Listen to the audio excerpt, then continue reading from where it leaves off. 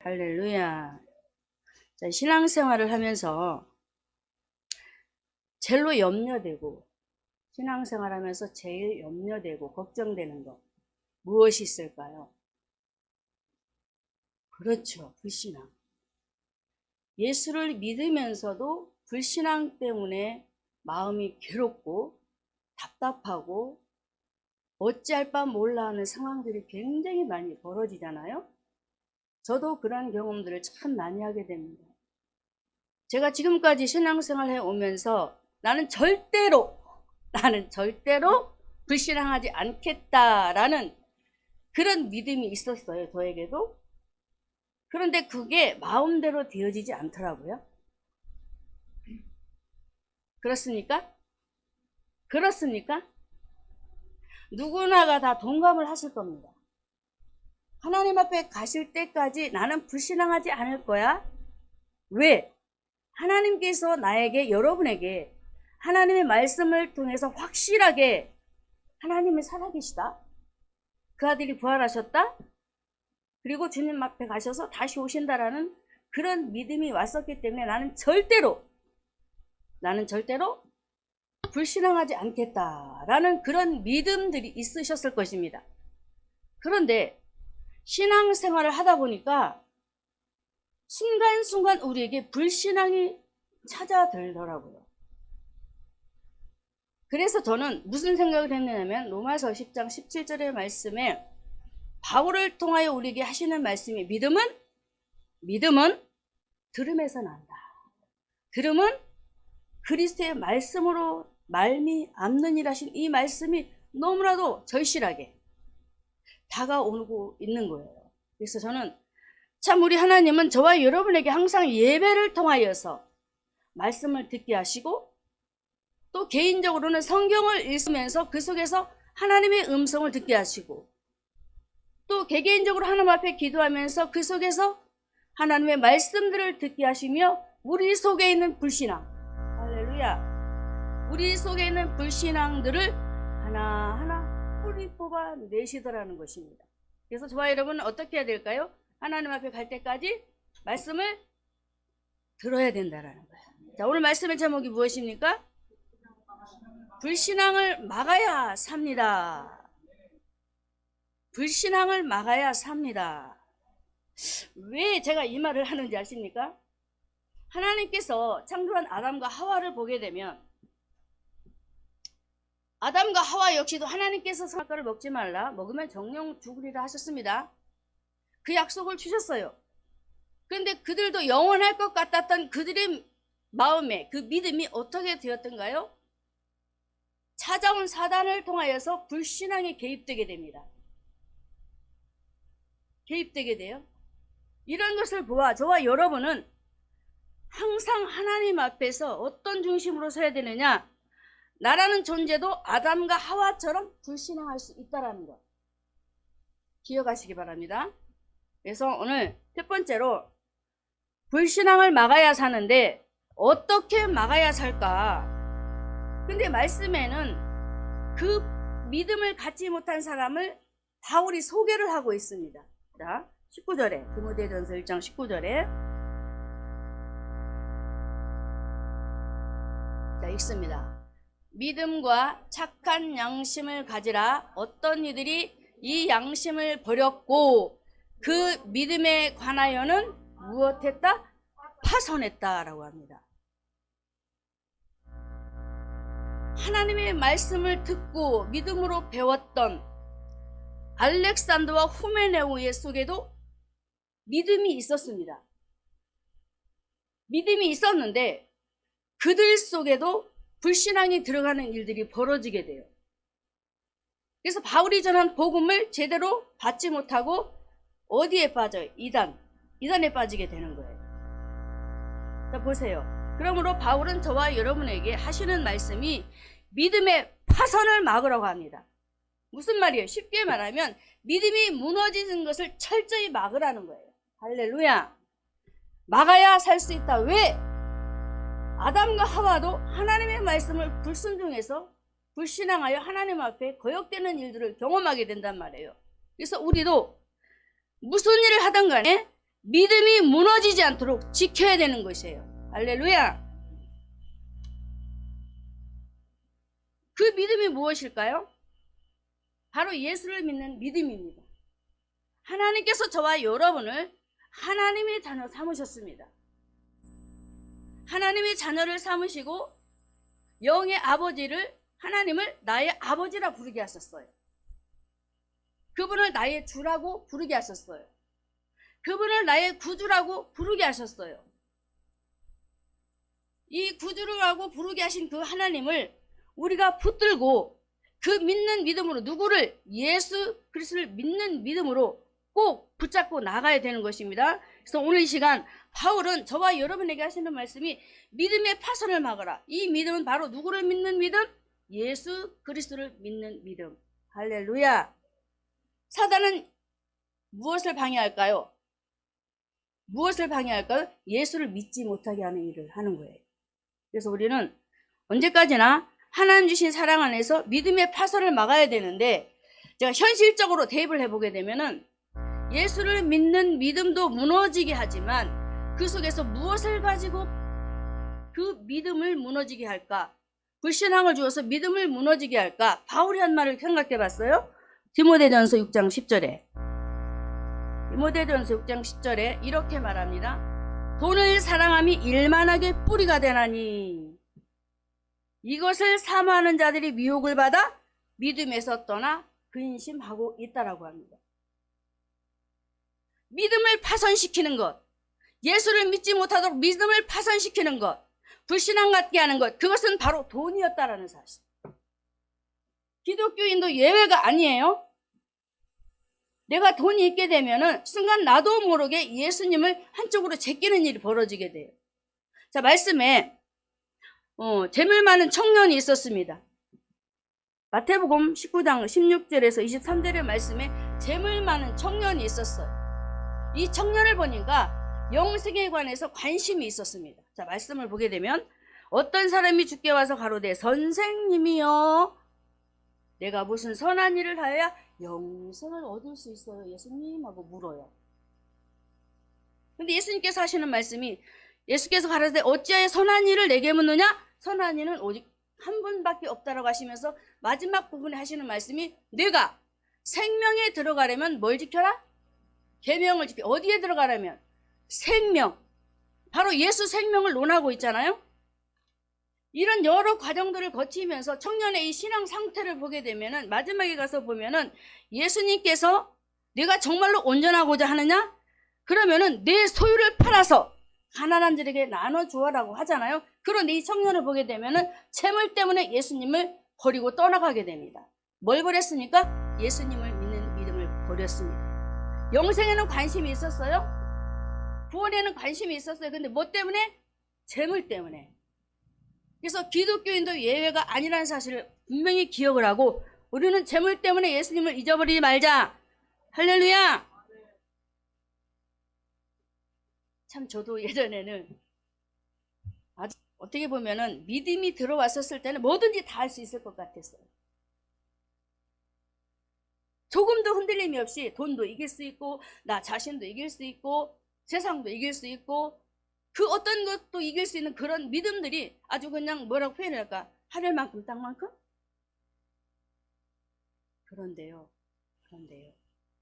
우리 하나님은 환경을 통해서 다 깎아내리신다. 내가 하는 것이 아니라 내가 한다. 하나님이 할 수 있게 하신다. 여러분, 우리 주님은 그 어떤 것보다도 영원한 생명에 들어갈 수 있도록 하게 하시는 그 예수 그리스도, 그분을 붙잡기를 원하십니다. 절대로 예수 믿는 믿음을 무너지게 하지 마시기 바랍니다. 파손시키면 안 돼. 그 믿음은 꼭 잡아야 되는 거예요. 끝까지. 할렐루야. 자, 가룟 유다도 보게 되면 무엇 때문에 예수님을 잃어버려요? 돈 때문에. 분명히 증명하고 있습니다. 예수님의 제자였어요. 마태복음 26장 14절에서 16절의 말씀입니다. 자, 다시 읽어볼까요? 그때 12 중에 하나인 가룟 유다라 하는 자가 대제사장들에게 가서 내가 예수를 너희에게 넘겨주리니 얼마 주려느냐 하면서 은 30을 달라고. 보세요.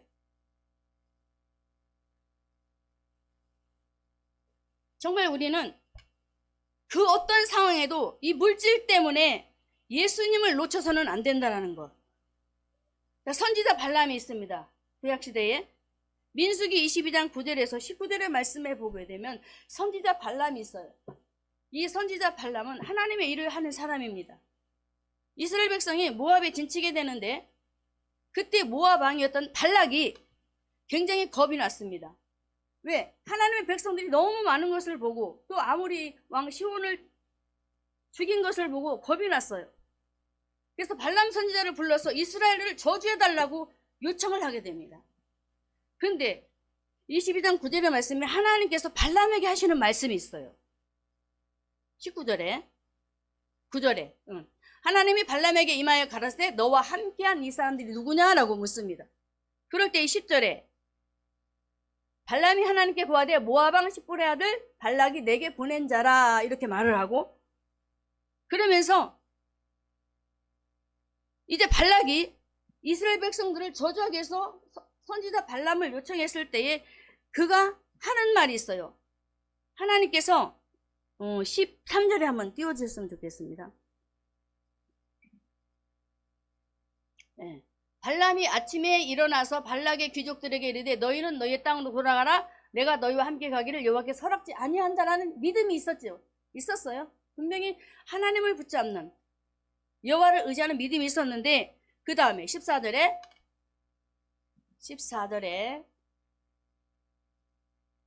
모압 귀족들이 일어나 발락에게 가서 구하리되 다시 또 보내게 됩니다. 그러면서 발람을 어떻게 유혹하고 미혹을 하느냐게 되면 제가 읽게 되면은 15절에 발락이 다시 그들보다 더 높은 귀족들을 많이 보내서 발람에게 이런 소식을 전합니다. 내가 너를 더 높이 더 크게 해주고 네가 원하는 것은 다 해주겠다.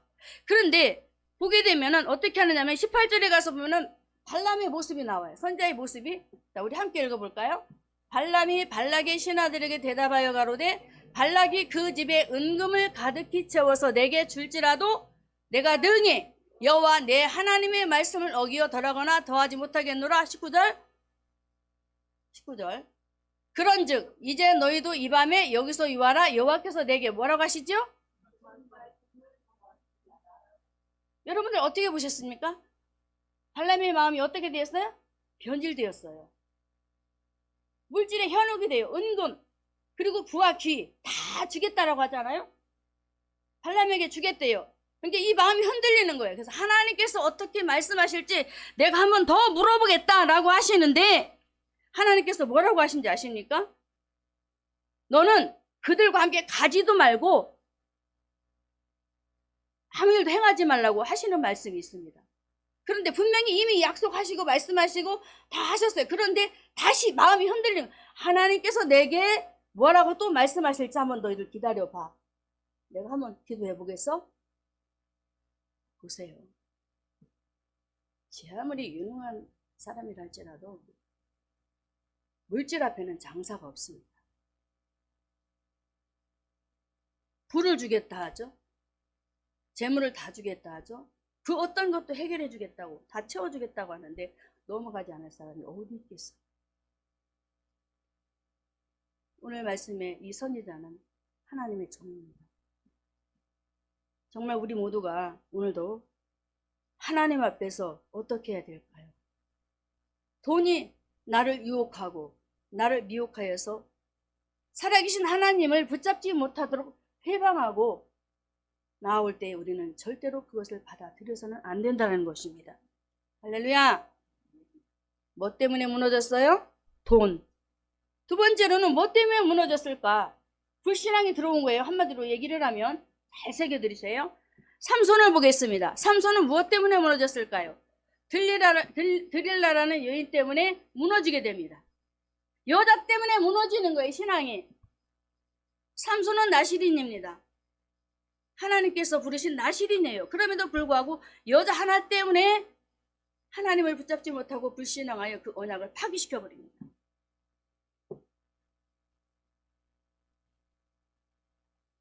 우리 모두가 다 아는 사실이죠. 여자는 조심해야 되는 것. 여자 또한 남자를 조심해야 되는 것. 또한 하나님의 아들들입니다. 창세기 6장에 보면은 하나님의 아들들도 무엇 때문에 무너집니까? 여자의 아름다움. 넘어가지 않을 사람이 없죠? 여자도 여자의 아름다움을 보면 반하잖아요. 너무나도 세상은 저와 여러분을 놓아주지 않습니다. 왜 그럴까요? 저와 여러분은 생명을 가진 사람들이기 때문에 마귀는 그 어떤 상황을 엮어서라도 저와 여러분을 하나님의 아들 예수 그리스도 구약에서 하나님을 붙잡지 못하도록 때로는 돈을 가지고 때로는 여자를 가지고 그 아름다움을 가지고 다가와서 우리의 신앙을 무너뜨려서 불신앙하여 하나님을 떠나게 만든다라는 것. 그 신앙을 파괴시키자. 할렐루야. 믿음을 파손한 자들, 예수님께서 오병이의 역사 속에 또한 드러나게 됩니다. 예수님의 제자들, 요한복음 6장 26절과 66절 한 절을 보게 되면은 제가 읽을게요. 요한복음 6장 26절에 예수께서 대답하여 가라사대 내가 진실로 진실로 너에게 이르노니 너희가 나를 찾는 것은 표적을 본 까닭이 아니요 떡을 먹고 배부른 까닭이라 라고 하시며 66절에 보게 되면 이러므로 제자 중에 많이 물러가고 다시 그와 함께 다니지 아니했다라고 합니다. 이들이 누구예요? 예수님을 만난 자들입니다. 제자들이. 많은 무리들도 예수님을 만났어요? 보았어요? 만졌어요?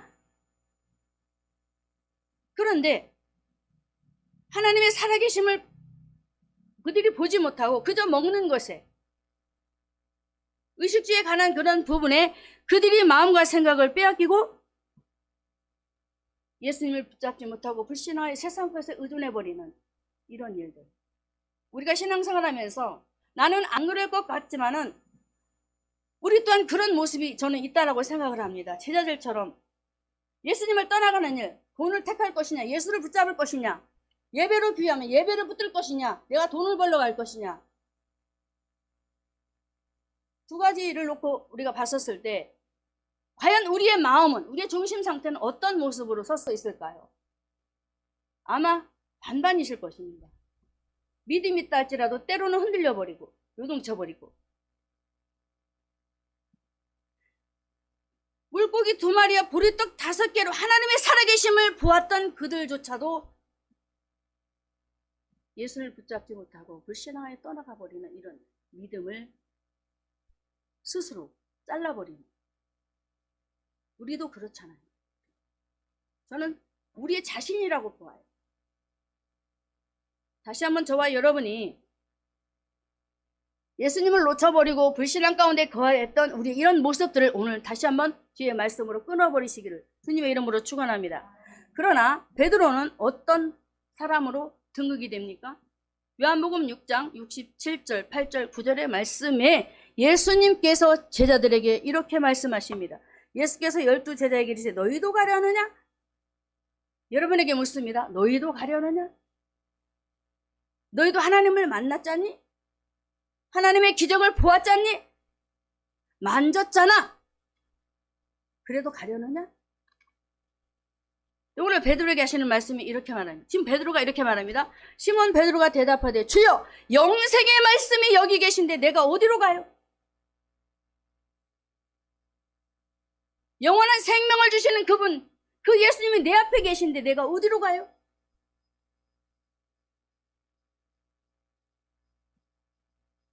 오늘 저와 여러분에게 묻습니다. 우리 주님.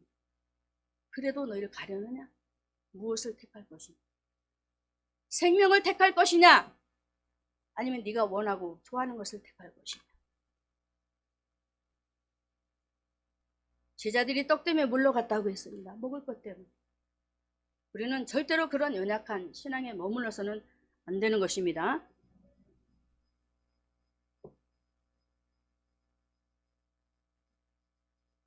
예수님께서 베푸신 표적을 보지 않고 먹는 것에 관심을 가졌던 무리들 또 물어보아요. 자, 말씀을 찾아보겠습니다. 요한복음 6장 28절에 계속적으로 주님이 말씀하시니까 물어보아요. 자, 우리 같이 읽을까요? 저희가 묻되 우리가 어떻게 하여야 하나님의 일을 하오리까? 예수께서 대답하여 가라사대 하나님의 보내신 자를 믿는 것이 하나님의 일이다라고 하십니다. 할렐루야. 명백하게 우리 주님이 말씀하셨어요. 믿음을 파손시킬 것이냐 아니면 예수를 붙잡을 것이냐, 하나님의 아들 예수 그리스도를 믿는 것이 우리에게 일이라고 합니다. 이 일은 너무나도 중요해요. 제가 오늘 전도의 현장에서 다른 때와 달리 하나님께서 주시는 그 순간순간 메시지가 있었어요. 말씀을 전하는데 어떤 이는 지나가다가 아멘 그래요.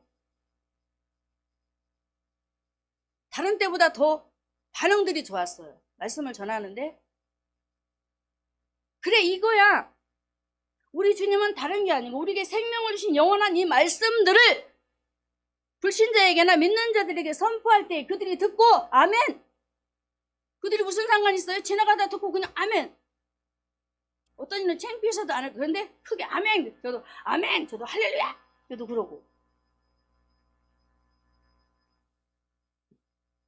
우리 주님은 오늘도 하나님의 일인 예수를 믿는 것, 그 아들 예수님을 믿는 것에 관심을 갖고 오늘 말씀에 믿음에서 벗어나 그 믿음을 무너뜨린 누구? 후메네와 알렉산드처럼 그런 모습의 신앙으로 낙후되지 말고 어떻게? 히브리서 12장 2절의 말씀에 믿음의 주여 온전케 하신 그 주님을 바라보면서 할렐루야 바라보면서 어떻게? 자, 야고보서 4장 4절에 세상을 사랑하는 자는 하나님과 원수가 된다고 분명히 말을 하고 있어요.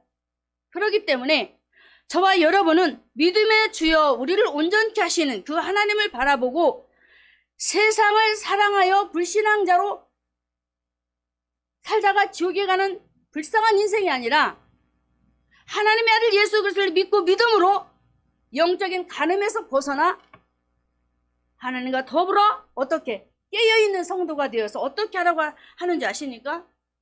바울이 아주 멋있는 말을 했는데 고린도전서 16장 13절에 깨어있어 굳게 서서 남자답게 강건하라 그럽니다. 무슨 말이에요? 믿음을 굳게 하라는 거예요. 흔들리지 말라는 거예요. 우리는 흔들릴 수 있습니다. 그러나 오늘 말씀에 분명히 저와 여러분에게 다시 바울을 통해서 깨어있어서 다시 한번 남자답게 용기 백백하여 하나님 앞에 믿음을 가지고 전진하라는 것입니다. 그래서 예수님께서 하신 일이 있는데 요한일서 5장 4절에서 5절의 말씀에 요한이 한 말씀 5절에 예수님께서 하나님의 아들이심을 믿는 자가 아니면 세상을 이기는 자가 누구냐라고 합니다. 그렇습니다. 하나님의 아들이심을 믿는 자, 그분을 믿는 믿음으로 나아가는 자는 반드시 승리할 것이고, 그러나 세상을 이기신 그 예수를 놓치는 자는 어떻게 해요? 알렉산더와 후메네오처럼 믿음을 파산하는 자가 되어 종국에는 어디로? 지옥에 떨어져. 우리가 어떻게 될까요? 예수를 믿는 믿음을 붙잡자. 승리하시기를 주님의 이름으로 축원합니다. 두 번째, 불신앙을 막아야 삽니다. 첫 번째는 예수님을 붙잡아야 사는 거예요. 불신앙을 파괴시켜버리고. 두 번째는 그러면 어떤 것을 우리가 버려야 될까? 불신앙 20절에 디모데전서 1장 20절에 자, 읽습니다. 그 가운데 후메네오와 알렉산더가 있으니 내가 사단에게 내어준 것은 저희로 징계를 받아 회방하지 말게 함이니라. 자, 후메네오를 통해서 우리에게 뭘 보여주실까요? 후메네오는 어떤 사람이냐면 디모데후서 2장 17절을 보겠습니다. 후메네오의 사상을 한번 보겠습니다. 후메네오 디모데후서 2장 17절에 읽습니다. 저희 말은 독한 창질에 썩어져 감과 같은데 그 중에 누구와 후메네오와 빌레도가 있었다라고 합니다. 무슨 말일까요? 후메네오는 부활을 부인하는 이단 사상에 사로잡힌 자입니다. 부활을 믿지 않아요. 예수님께서 하나님의 아들로 이 땅에 오셔서 부활하신 것을 믿지도 않고 자신도 다시 신령한 몸으로 변화되어 하나님 앞에 가는 것을 믿지 않는 사람입니다. 자, 볼까요? 18절에 읽습니다. 웃어. 읽습니다. 진리에 관하여는 저희가 그릇되었도다. 부활이 이미 지나갔다므로 어떤 사람들의 뭘 무너뜨려요? 믿음을 무너뜨려요. 여러분들 이런 사람들 만나보셨죠? 야, 예수님이 뭘 부활해? 하나님이 어디 계셔? 그 아들이 언제 오셨어? 그들 말은 하나님은 아니 계시다는 거예요. 하나님의 아들이 이 땅에 오시지 않았다는 거예요. 이런 사상과 가치관을 가지고 후메네오는 사람들을 믿지 못하도록 회방하는 사람으로 그가 오늘도 본문에 등장을 하게 됩니다. 여러분, 후메네오가 누굴까요? 여러분은 부활신앙을 갖고 계십니까? 하나님의 아들이 이 땅에 오셔서 십자가에서 죽으시고 부활하신 것을 믿으십니까? 나도 부활할 것을 믿으십니까? 할렐루야. 이렇게 믿음이 있음에도 불구하고 우리는 무너질 수 있는 상황이 온다라는 거예요. 저는 오늘 본문에 그것을 보는 거예요. 후메네오와 같은 그런 모습, 우리에게도 올 수 있다라는 사실. 나는 목사인데, 나는 권사인데, 나는 사모야, 나는 집사야, 권사야, 나는 절대로 흔들리지 않아. 그런데 한 걸음 한 걸음 세상길로 달려가다 보면은, 이 시대로 말하면 예배를 멀리 하다 보면은 말씀을 듣는 것이 자꾸 줄어들다 보면은 부활이 희미해지는 거예요. 그래서 신앙이라는 것은 우리가 늘 깨어있지 않으면은 큰일 나는 거예요. 인정하십니까? 부활을 믿지 못하도록 다른 사람까지 어디로? 지옥으로 가게 만들어버리는 일. 마태복음에서도 배나 지옥 자식이 되게 만든다라고 우리에게 분명히 말하고 있습니다. 예의가 없다라는 거예요. 내가 아무리 믿음이 있다 할지라도 어느 때 어느 순간에 나도 무너질 수 있다라는 것을 항상 기억하며 명심하시고, 오늘 혹여 후메네오 같은 그런 사상들이 조금이라도 내 속에 묻어 있다면 다 끊어버리시길 주님의 이름으로 축원합니다. 후메네오는 도덕적으로 어떤 사람으로 등극이 되느냐? 디모데전서 1장 6절과 7절에서 말씀에 이렇게 말합니다. 디모데전서 1장 6절과 7절. 사람들이 이에서 벗어나 헛된 말에 빠져 율법의 선생이 되려 하나 자기의 말하는 것이나 자기의 확증하는 것도 깨닫지 못하는. 보세요. 복음이 열려있지 않아요. 복음이 열려있다면 이렇게 하지 않겠죠? 아주 망령되고 헛된 말을 함부로 말을 해서 부활을 믿지 못하도록 불신앙에 빠뜨리게 해서 누구와 같은 사단과 같은, 사단이 불신앙을 주잖아요. 창세기 3장에 하나님의 백성이었던 아담과 하와에게 불신앙을 심어주었던 우리에게도 불신앙을 심어주어서 제 아무리 성경을 많이 안다 할지라도 예수를 모르면 안 되는 것입니다. 할렐루야. 여러분, 성경에서 예수 만나시기 바랍니다. 지식으로 받지 마시고 지식으로 보지 마시고 실제로 성경에서 예수님을 만나시기 바랍니다.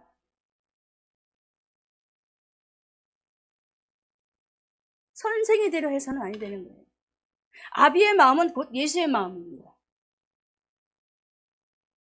그 아비인 우리 아버지의 마음을 갖고 우리 속에 부정적인 부패되었던 것, 나는 할 수 없는 이런 일들까지도 우리는 누구에게 맡겨서 이 부분을 다 해결해야 될까요?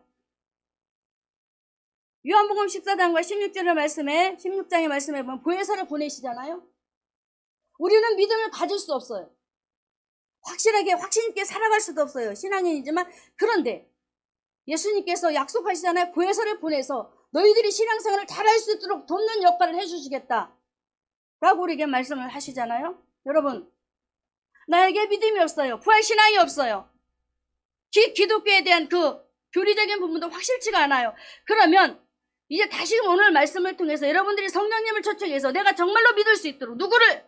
하나님의 아들 예수님을 예수님이 그리스도가 되심을, 그리스도, 세 가지 직분을 행하러 오신 그 그리스도,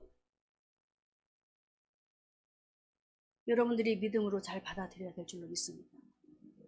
살아야 됩니다.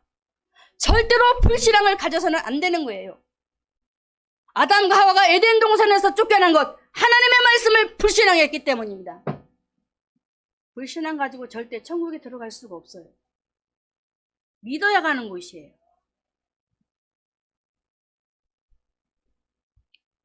부활이 없다 하는 사두개인들, 그들도 굉장히 궁금증이 많았어요. 마태복음 22장 23절에 부활이 없다는 사두개인들이 그날에 예수께 와서 물어 가로되 그럽니다. 뭘 물어봤어요? 어떤 사람이 7형제가 있었어요. 한 여자를 가지고 7형제가 다 그 아내를 삼아버리잖아요. 근데 부활이 궁금했어요. 여자가 죽고 난 이후에 그러면 저 여자가 누구의 아내가 됩니까? 묻잖아요. 그런데 우리 주님이 하시는 말씀이 뭐라고 말씀하세요? 그때는 장가도 안 가, 시집도 안 가. 우리는 천사와 똑같은 존재가 된다라고 말씀하시며 성경을 오해하였다라고 말합니다. 성경을 오해하는 일이 너무나 많잖아요. 저와 여러분이 하나님의 능력도 모르고 또 천국 가서도 시집가고 장가가고 하는 줄 알고 착각하고 말씀을 모르니까, 그래서 멋지게 예수님께서 그들을 향하여 말씀하시기를 마태복음 22장 32절에 이렇게 그들에게 권면을 합니다. 나는 아브라함의 하나님이요 이삭의 하나님이요 야곱의 하나님이로다. 너희가 이것을 읽어보지 않았느냐? 본 일이 없느냐? 왜 읽어놓고 내가 어떤 하나님인지 왜 아직도 그것을 깨닫지 못하고 부활에 대해서 너희들이 논하고 아직도 확신이 없어서 사두개인들이 하나님의 말씀을 강론하며 그 말씀을 가지고 그들이 자랑삼아 하면서도 그 부활에 대한 확증이 없으니까 이런 말들을 하게 되는 거예요. 여러분, 부활을 정말 믿으십니까? 할렐루야. 하나님은 분명 살아계십니다. 저와 여러분을 죄에서 구원해 내셨어요. 하나님의 말씀으로 이 땅에 오셔서 그 말씀을 가지고 자신을 하나님 앞에 드리시고 그 은혜를 통하여 저와 여러분을 하나님의 백성 삼으신 것입니다. 저와 여러분은 분명히 살아계신 하나님을 믿고 있는 거예요. 의심하지 마시기 바랍니다. 제가 요즘 하는 일이 있어요. 예전에는 기도할 때 하나 이렇게 해주세요 저렇게 해주세요라고 기도를 많이 했어요. 그런데 지금은 선포를 해버려요. 예를 들어 제가 믿음이 없어요. 믿음이 프로테주로 따지면 50%밖에 안 돼. 그러면은 저는 그렇게 저는 지금 믿음이 50%밖에 안 돼요. 그러나 하나님께서 나에게 100% 믿음을 주실 줄을 믿고 선포합니다.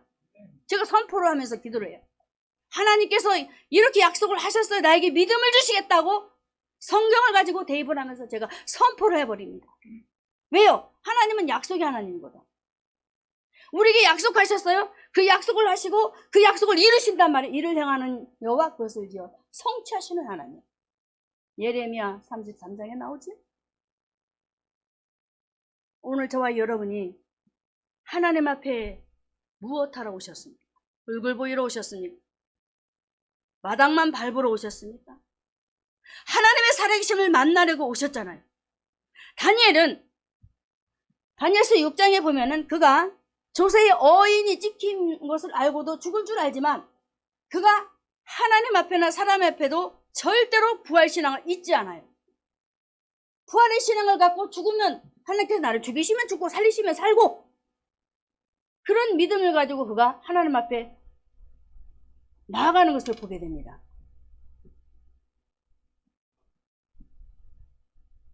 다니엘에 있는 다니엘과 함께 있는 그 측근들이 얼마나 하나님을 믿지 못하도록 기도하는 광경을 바라보고 그 기도하는 것까지도 끊어버리려고 하나님을 바라보지 못하게 얼마나 방해를 하던가요.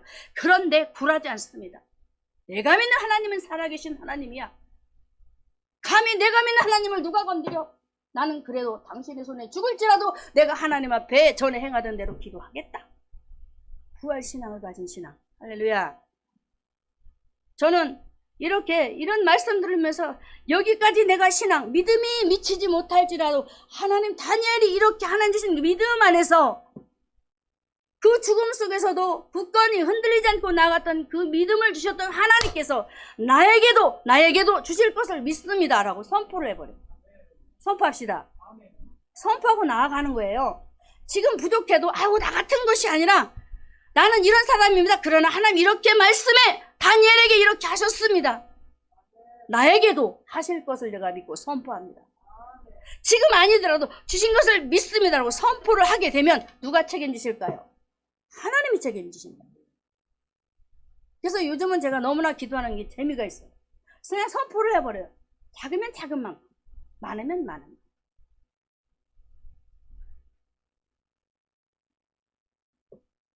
풀무불에 들어갈지라도 그가 그리 아니하실지라도 그런 신앙을 한번 보세요. 부활신앙이 없으면 절대로 이 고백이 나오지 않습니다. 하나님은 살아계신 하나님, 죽은 자의 하나님이 아니라 살아계신 하나님. 아브라함 역시도 하나님께서 그 아들을 번제로 모리아산에 드리려 했을 때에 하나님의 말씀을 믿고 달려가지 않습니까? 살리실 것을 믿는 아브라함이 여호와를 믿으니 이를 그의 의로 여기셨다라는 말씀 한번 생각해 보시기 바랍니다. 하나님의 살아계심, 자기를 의의 백성 삼으신 하나님,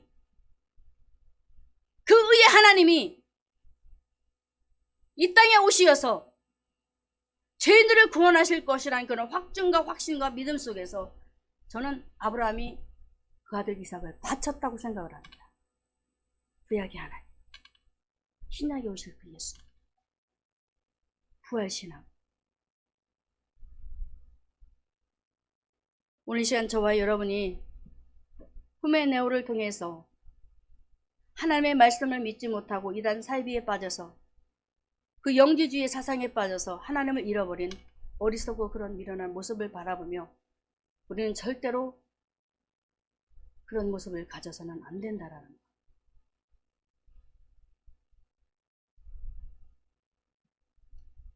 오늘 이 시간 저와 여러분이 다시 한번 우리 주님께서 하신 말씀을 읽어보겠습니다. 요한복음 11장 25절의 말씀. 요한복음 11장 25절에 우리 함께 읽겠습니다. 읽습니다. 예수께서 가라사대 나는 부활이요 생명이니 나를 믿는 자는 죽어도 살겠고 무릇 살아서 나를 믿는 자는 영원히 죽지 아니하리니 내가 이것을 믿느냐. 믿습니까? 후메네오가 어떤 사람이었다고요? 부활을 믿지 않았어요. 우리 속에 이것을 끊어버리라는 거예요. 불신앙입니다. 이 불신앙을 막아야 사는 역사가 일어나요. 죽어도 사는 것을 믿는 나는 부활했습니다. 할렐루야. 세 번째로 불신앙을 막아야 사는데 어떤 불신앙을 막아야 될까요? 교회관입니다. 지금 교회관이 많이 무너졌죠? 교회관이 무너졌습니다. 교회관이 무너지니 예배가 소홀해집니다. 자, 말씀 보겠습니다. 20절에 본문 디모데전서 1장 20절에 그 가운데 후메네오와 알렉산더가 있으니 내가 사단에게 내어준 것은 저희로 징계를 받아 회방하지 말게 하려 한다라고 말합니다. 후메네오 그리고 알렉산더입니다. 알렉산더는 누구일까? 후메네오는 부활을 믿지 않는 사람, 알렉산더는 주의 종을 배교한 사람입니다. 디모데후서 4장 14절의 말씀에 이렇게 말합니다. 바울이 디모데후서 4장 14절에 부리장색 알렉산더가 내게 해를 많이 보였음에 바울이 누구예요? 목회자입니다. 하나님의 일을 하는 사람이지요. 그런데 알렉산더는 그 직업이 구리 세공업자인데 바울을 배반하게 됩니다. 참 저도 이것 고민 많이 하는 사람이에요. 우리 목사님하고 함께 사역을 하면서 참 여러 가지 여러 일이 있을 때에 하고 나가고 싶어라는 생각이 들까요? 안 들까요? 안 들 것 같아요. 저는 안 들 것 같아요. 모르겠어요. 함께 우리 목사님과 더불어 사역하는 것, 하나님 주신 은혜 아니면 갈 수가 없습니다. 저는 그렇게 믿거든요. 제가 복 있는 사람인데 뭐가 복 있을까? 우리 목사님은 다른 목사님보다 아량이 넓어. 할렐루야. 품는 것이 있다라는 거예요. 제가 가끔 그런 생각을 해요. 만약에 다른 교회를 부교육자를 봤으면 내가 어떻게 신앙생활을 했을까? 어떻게 부교육자의 사역을 했을까? 주눅이 들었을까? 기가 팍 죽어가지고 제대로 사역을 못했을까? 가끔 그런 생각을 해요. 그런데 우리 목사님 같은 경우는 여러 가지 면에게 딱 열어놓고 하계획고로 만들어 주시거든요. 그래서 나는 복 있는 최목사다. 복 있는 최목사다. 힘들고 어려운 문제가 없다라는 게 아니에요. 그런데 다른 교회보다도 함께 할 수 있도록, 목사님과 함께 더불어 사역할 수 있도록 꽤 맞춰주시는 하나님. 그래서 너무 좋은 거예요. 힘든 일이 있으면 또 그것 가지고 기도하면 되고, 저도 힘든 일이 있어요. 그렇지만 기도하고 그러면서 풀어가고, 막 서운한 마음 있다가도 제가 기도하면 하나님이 어떻게 할까요? 그건 아니야. 다독거리더라고. 그러면 제가 고개를 숙이는 거예요. 속에 막 서운한 게 있다가도 막 기도를 해요. 하나님 앞에 종알종알 기도해요. 그러면 하나님이 어떻게 하는지 아세요? 제 손을 보시면 아실 거예요. 다시 하게 하셔요. 지금도 제가 생각할 때 과연 하나님께서 나를 어디까지 우리 목사님과 함께 있게 하실까라는 생각이 저에게는 퀘스천 마크예요. 저에게도 그런 생각이 있어요. 그렇지만 또 기도를 합니다. 하나님께서 하게 하시는 데까지 제가 가겠습니다. 그런데 대부분이 보게 되면은 같이 함께 있는 것을 좋아하시더라고요. 목회가 끝날 때까지. 그게 좋은 것 같아요. 성도들도 마찬가지고 주사랑교회 교인이 되었으면 끝까지 가자는 거죠. 목사님과 함께 뭐 다른 데 간다고 좋은 일만 있는 게 아니더라고요. 거기 가면, 다른 교회 가면 또 다른 문제가 있더라고요. 거기 가면 천국 같을 건데 더 문제가 많더라고요. 저는 그래서 함께 같이 끝까지 사역하는 것이 좋고 행복이구나 라는 것을 제가 결론을 내리게 돼요. 그래서 오늘 알렉산더는 그것을 못한 거예요. 그것을 못하고 함께 동역해서 바울을 도와주면서 일을 했으면 참 멋졌을 건데 나중에는 배교를 해버리는 이런 일. 사도행전 19장에 보게 되면 19장에 33절에 알렉산더가 나옵니다. 사도행전 19장 33절에 유대인들이 무리 가운데서 알렉산더를 권하여 앞으로 밀어내니 알렉산더가 손짓하여 백성에게 발명하려 하나 알렉산더가 등장되기요. 아데미 여신이 나옵니다. 바울이 사역할 때 막 쫓기는 장면에서. 근데 데메드리오가 이때 난동을 일으키잖아요. 사도 바울이 굉장히 위급한 상황이었어요. 이때 도와줬던 사람이 누구냐? 바로 알렉산더. 잠시 잠깐 도와주는 역할들. 복음에도 들어왔다는 거죠. 어느 정도 기간이 있었는지는 저는 정확히는 알 수 없지만 아무튼 바울을 도왔던 사람, 그리고 이 알렉산더를 그 군중들 앞에 내보냈을 때에 왜 폭동을 일으켰을까? 한번 생각해 보세요. 이 사람도 우상숭배했던 사람인데 돌이켜서 기독교를 개종했었습니다. 할렐루야. 그래서 바울을 돕고 일을 하던 중, 그래서 이 일을 하는데 이들이 알렉산더의 말을 들으려 하지 않습니다. 너도 기독교인이잖아. 너도 예수 믿잖아. 바울과 함께하는 사람이잖아. 그런데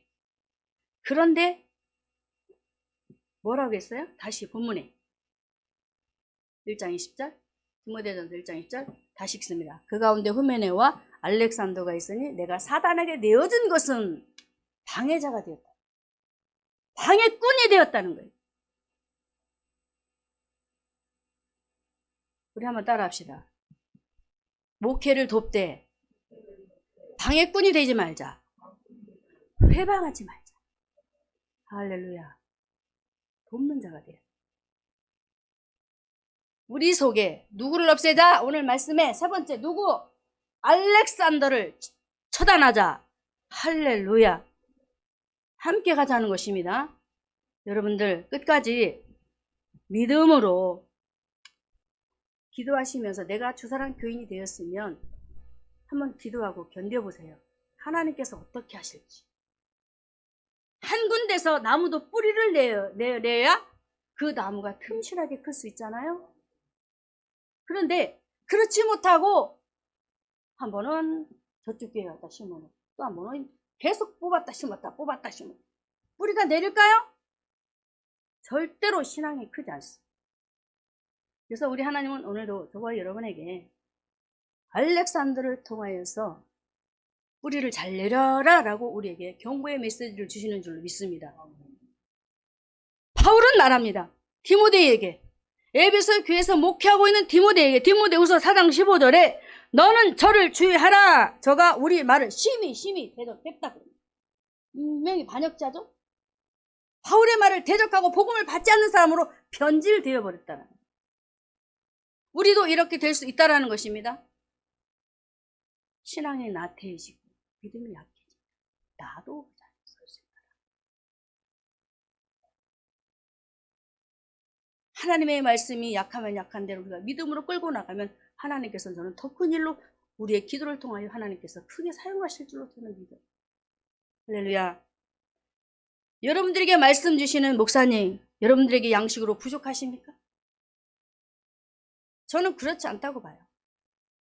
예수 생명이면 다고, 물론 다방면에서 여러 가지 메시지를 주면서 교회를 키워나가는 것도 하셔야 되겠지만 우선적으로 중요한 것은 예수 생명이 들어가야 된다. 그리고 기타 외에 주시는 은사들을 가지고 활용할 줄 아는 그런 교회가 돼야 된다는 거. 맞지 않나요? 알렉산더는 디모데후서 4장 3절과 4절의 말씀에 이렇게 우리에게 말을 하고 있습니다. 그의 모습. 때가 이르리니 사람이 바른 교훈을 받지 아니하며 귀가 가려워서 자기의 사욕을 쫓을 스승을 많이 두고 또 그 길을 진리에서 돌이켜 허탄한 이야기를 쫓는. 보세요. 그렇지 않나요? 진리에서 떠나 허탄한 것을 쫓는 사람도 알렉산더가 사단의 종이 되어버린 거예요. 마귀의 종. 마귀의 종으로 타지 말자. 그리고 알렉산더는 재림이 지연되고 있는 그런 가운데 어떤 모습? 바울이 늙었습니다. 이제 감옥에 갇혀서 힘도 없고 순결 지경에 이르렀어요. 이런 상황에서 얼마나 그도 많은 고민이 있었겠어요. 그래도 붙잡았으면 좋았을 것을. 저는 오늘 대마를 보면서 이런 생각을 했습니다. 대마는 처음에 바울과 함께 동역한 사람입니다. 한 절을 여러분에게 말씀드리면 골로새서 4장 14절의 말씀에 사랑을 받는 의원 누가와 또 데마가 너에게 문안한다. 바울과 함께 사역을 했어요.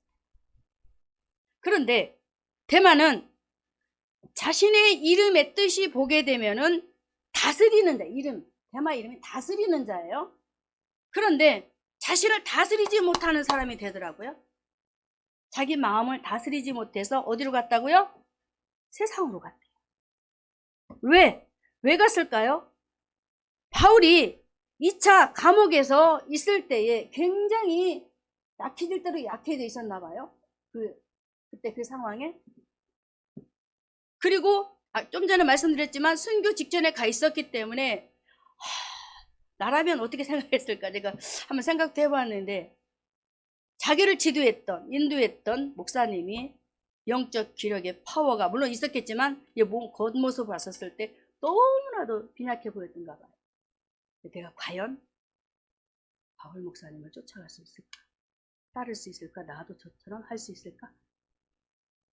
나름대로 생각을 하면서 그가 신앙의 결론을 내린 그런 부분들을 보면은 나는 안 돼. 나는 안 돼. 여러분, 나는 안 돼요라는 말 잘 쓰지. 나는 아니야. 나는 못해. 여러분이 아십니까? 누가 아시나요? 내가 드리면 누가 아시나요? 하나님이 아신단 말이에요. 바울도 물론 많은 것들을 가지고 있었지만은 하나님께서 그에게 빌립보서 4장 13절의 말씀에 능력을 주셨기 때문에 그가 일을 할 수 있었습니다. 우리도 마찬가지예요. 저와 여러분이 교회를 위해서 헌신하고 충성하고 배교하지 않도록 하나님께 일을 하시도록 하게 하시는데 그런 부분들을 깨닫지 못하고 내가 잘나서 똑똑해서 하는 줄 알고 착각하고 때로는 반역행위를 하는 일들이 많이 있잖아요. 그러지 맙시다. 할렐루야. 누가 주셨어요? 다 하나님께서 주신 은혜입니다. 우리 모두 저와 여러분이 데마처럼 고난 때문에 어리석게도 바울의 손을 놓고 복음을 놓고 세상으로 가버리는 이런 어리석은 일들 다 제거해 버리시고 이사야서 48장 10절의 말씀에 고난은 성도와 불가분의 관계라고 우리에게 분명히 말하고 있습니다. 저와 여러분 주산하랑교회 성도들입니다. 신앙생활 하다 보면 교회에서 여러 가지 일 하다 보면 힘든 일이 있어요. 어려운 일이 있어요. 이 고난은 저와 여러분에게 당연한 것이라고 합니다. 그럼 어떻게 해야 될까요? 우리가 섬기는 교회, 내가 섬기고 그 속에서 말씀을 받는 목회자를 향하여 우리가 어떤 마음을 품어야 될까? 히브리서 13장 17절의 말씀에 이렇게 우리에게 말씀으로 결론 내리고 있습니다. 히브리서 13장 17절에 너희를 인도하는 자들에게 순종하라. 할렐루야. 그리고 복종하라. 왜 그럴까요? 주사랑교회 성도들을 그 영혼을 위해서 누가 기도하나요? 경성하여 깨어있도록 목회자가 하는 것입니다. 할렐루야. 담임 목사가 양들을 바라보고 말씀을 준비하고 살리려고 애쓰고 몸부림치는 것. 바울도 말하잖아요. 다시 볼까요? 너희를 인도하는 자들에게 순종하고 복종하라. 저희는 너희 영혼을 위해 경성하기를 자기가 회개할 자인 것처럼 자기 일처럼 하는 거예요. 자기 일. 믿으십니까? 그렇지 않으면 이 사역을 할 수가 없는 거예요. 그래서 내가 섬기는 교회 목회자를 영의 아버지라고 부르는 거예요. 영의 아버지이니까. 그 아버지만을 믿고 따르고 그 속에 주시는 말씀을 부여잡고 배교하는 행위가 아니라 불신앙을 철저히 끊어버리고 믿음을 굳건하게 믿음을 파손시키는 이런 일도 다 제거해버리고 부활의 신앙을 가지고 철저하게 저와 여러분 하나님 앞에 바로 서서 우리 예수님께서 말씀하시잖아요. 누가복음 9장 23절에 아무든지 나를 따라오려거든 자기 십자가를 지고 자기를 부인하라 그랬어요. 할렐루야. 나에게 주어진 이 십자가 개개인에게 주어진 십자가가 다 다릅니다. 그 주어진 십자가를 굳게 부여잡고 주님을 따라가라고 하십니다. 그리고 눈으로 보이는 목사님을 따라가라고 하십니다. 믿어야 살 수 있잖아요.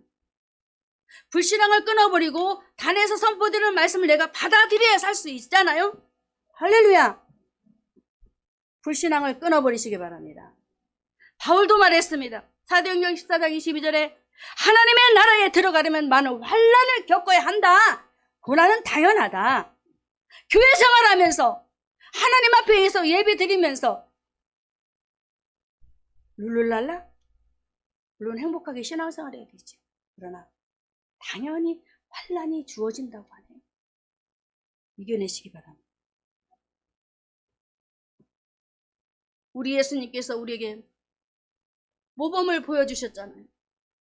마가복음 8장 31절에 많은 고난을 장로들과 대제사장들과 서기관들에게 버림받으시면서 죽임을 당하기까지 당해주신 왜 그랬습니까? 고난 당해주신 왜 그랬습니까? 저와 여러분을 위해서 고난 당해주시고 당해주신 그 능력을 우리에게 부어주셔서 우리도 이길 수 있도록 할렐루야. 말씀 정리합니다. 뭘 막자고요? 예수를 믿는 믿음을 가져야 되는데 이 믿음을 갖지 못하도록 불신앙을 주는 것을 막자. 부활을 믿지 못하도록 방해하는 이 불신앙을 막자. 그리고 주의 종을 배교하는 일들을 하도록 불신앙을 주어 교회를 떠나게 만드는 일을 막자. 할렐루야. 기도하겠습니다.